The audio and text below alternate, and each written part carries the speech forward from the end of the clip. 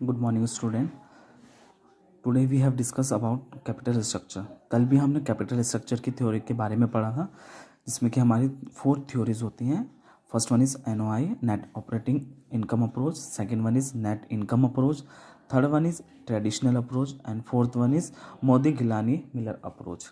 इसका हमने फॉर्मेट सीखा था कि फॉर्मेट कैसा होता है, और इसमें एक दो चीज़ें और हमने लर्न किया था कि नेट ऑपरेटिंग इनकम अप्रोच में हमेशा हमें के ओ गिवन होता है। K O means cost of overall capital, and net income approach में हमें गिवन होता है ऑलवेज कॉस्ट ऑफ इक्विटी, जिसको हम डिनोट करते हैं के ई से। इसका हमने फॉर्मेट प्रिपेयर किया था कि फॉर्मेट कैसा होता है, ठीक है। तो इसी के बेसिस पे हम आज कोई क्वेश्चन करेंगे। तो एक क्वेश्चन मैंने प्रिपेयर किया हुआ है कैपिटल स्ट्रक्चर का, इसको हम देखते हैं। ABC Limited and PQR Limited belongs to the risk class where the equity capitalization of 10% is considered appropriate. ABC Limited has raised 50 lakh, while PQR Limited has raised 70 lakh by issued of 9% debt. इसमें हमें दो company दी गई हैं, ABC and PQR company. इसमें एक चीज़ हमें और दिया है, इक्विटी कैपिटलाइजेशन।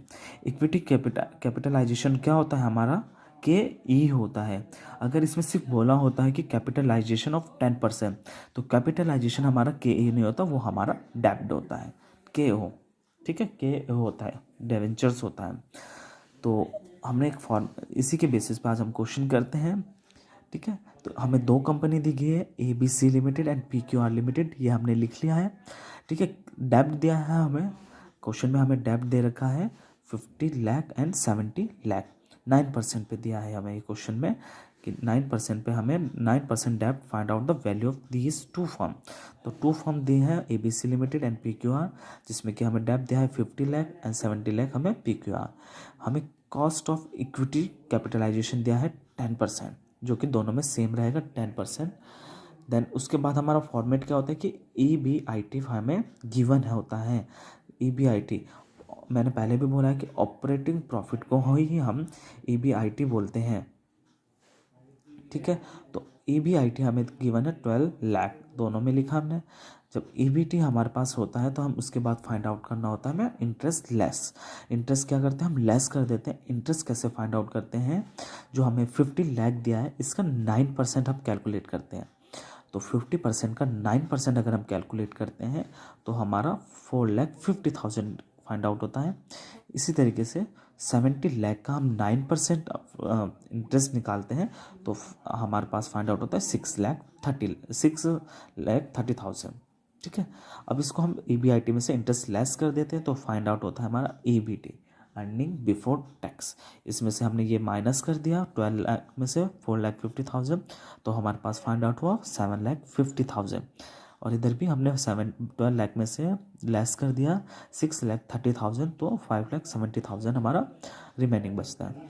EBT के बाद हम टैक्स को लेस करते हैं।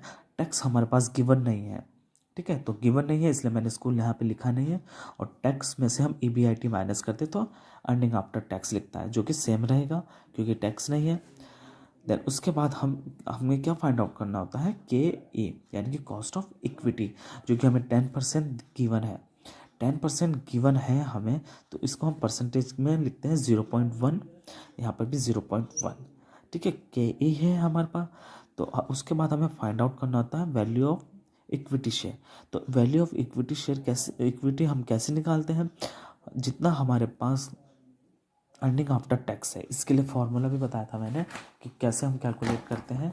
कि अगर मुझे निकालना है KE, ठीक है, तो KE निकालने के लिए मुझे क्या करना होता है, अर्निंग आफ्टर टैक्स में से VE को क्या करना होता है, डिवाइड कर देना होता है। तो वही चीज़ हम करेंगे, ठीक है। तो अगर मेरे पास KE है और अर्निंग आफ्टर टैक्स है तो VE फाइंड आउट करना है। तो VE फाइंड आउट करने के लिए अर्निंग आफ्टर टैक्स को हम डिवाइड कर देते हैं 0.1 से। 0.1 से डिवाइड करेंगे तो हमारे पास आ जाएगा 75 लाख, और ऐसे ही इस दूसरी साइड आ जाएगा हमारा 5 करोड़ 70 लाख, ठीक है। अब हमारे पास के ई फाइंड आउट हो गया, वी ई फाइंड आउट हो गया, तो वी डी निकाल लेंगे हम। वी डी के लिए मैंने फॉर्मूला पहले ही बताया था, अगर मुझे वी डी निकालना है तो दोनों चीज़ मेरे पास फाइंड आउट है, ठीक है। तो वी डी हमारा होता है डिबेंचर्स, ठीक है।